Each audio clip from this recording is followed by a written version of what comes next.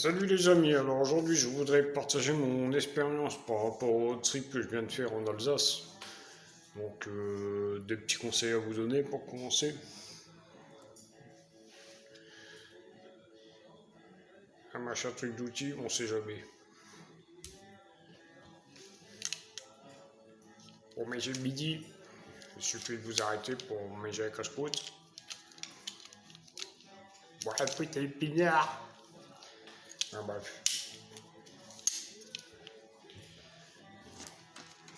Un chargeur rapide de téléphone. Philips, portable. Je l'ai eu en promo action, il est eu à 15 euros, 20 euros. Le câblage de recharge rapide, pareil. Il est eu à action aussi en promo. Un bon GPS, moi j'ai posé TomTom Raider, ça fait 6 ans que je l'ai, j'ai jamais été emmerdé avec, il va super bien. Les mises à jour gratuites, les avertissements de danger, le radar et tout est gratuit. Et puis imaginez que votre GPS ou votre téléphone il tombe en panne et que vous savez pas où vous êtes. Par précaution, deux cas.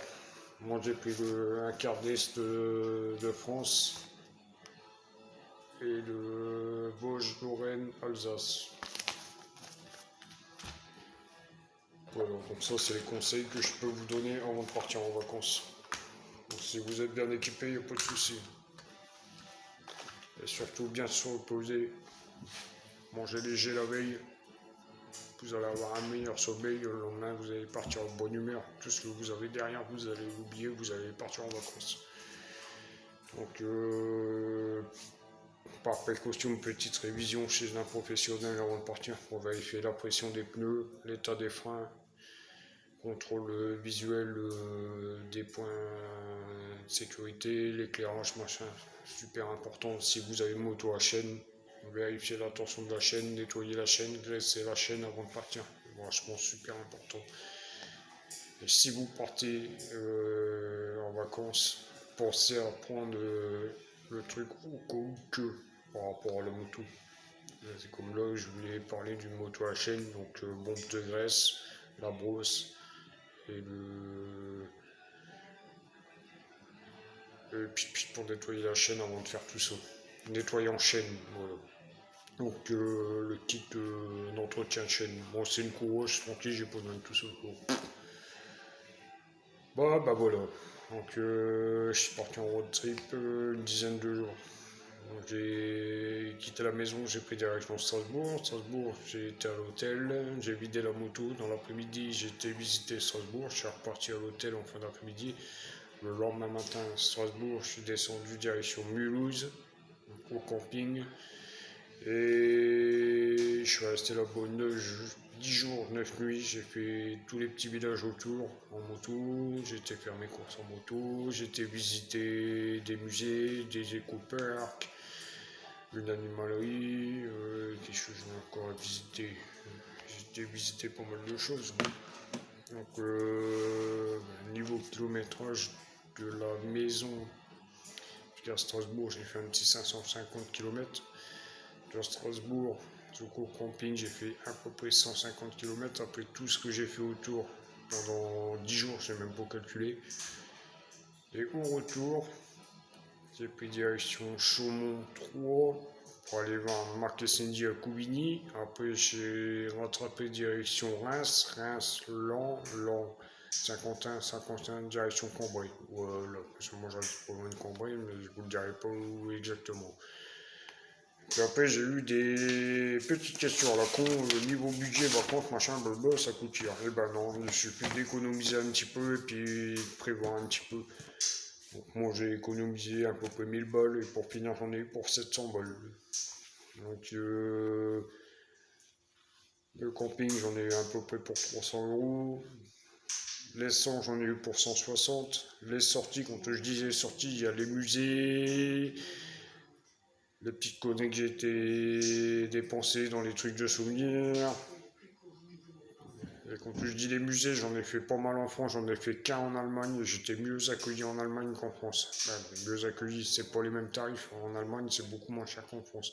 Alors, si vous allez faire un tour en Alsace, pensez à faire un petit tour en Allemagne, vous serez impressionné parce que j'ai été faire la Grange à Bécane un coup en fin d'après-midi, c'était jeudi en fin d'après-midi, il y avait un bénévole qui a dit va faire un petit tour en Allemagne. Il dit si vous mangez une choucroute, pas en Allemagne.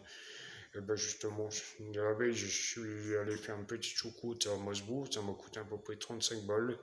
Et en Allemagne, à volonté, c'est 19,90. Mais bon, comme je suis en moto, je vais pas prendre du vin blanc, machin, blabla, puis repartir à moitié déglingué sur la route non plus. Question de sécurité en moto, il faut faire attention aussi. Donc, pas jouer avec l'alcool, l'alcool ça joue avec la fatigue. Alors, si on veut partir en vacances cool, restons cool. Est-ce que je peux encore dire d'autres? Oh, j'ai très bien roulé, 1900 km au total. J'ai fait un bon road trip, bien organisé, bien préparé. Le sac que je vous ai montré, je l'ai chargé, je l'avais pesé, il était à 25 kg, je l'ai équilibré, je l'ai mis sur la moto à l'arrière, je l'ai bien semblé. Il n'a pas bougé à l'aller, il n'a pas bougé au retour. Le casque, j'ai eu un tout petit peu mal au début, sur les 500 premiers kilomètres, parce que quand je suis parti, j'avais du vent, mais du vent plein la gueule. J'ai l'impression que le casque me tirait sur le côté, même la moto, des fois de la retenir un petit peu. Bon, tout le monde dit, tout s'est très bien passé. Un road trip, c'est comme si vous partiez en vacances en voiture, donc ça se prépare. Voilà. Et si toi aussi tu as déjà fait des road trips, peu importe, tu as été en Allemagne, en Alsace, en Ardennes, en Espagne, au Portugal, etc. Si tu as déjà fait un road trip, que tu as eu un petit imprévu et que tu aurais dû penser, ah tiens, j'aurais dû prendre ça au cas où que, bah, donne-les en commentaire tes petits conseils. Moi, les petits conseils que j'ai là, c'est vraiment pour moi, ça doit être le minimum parce que partir en moto, je crois qu'il faut prévoir certaines choses au fait. Allez, salut à tous et à bientôt.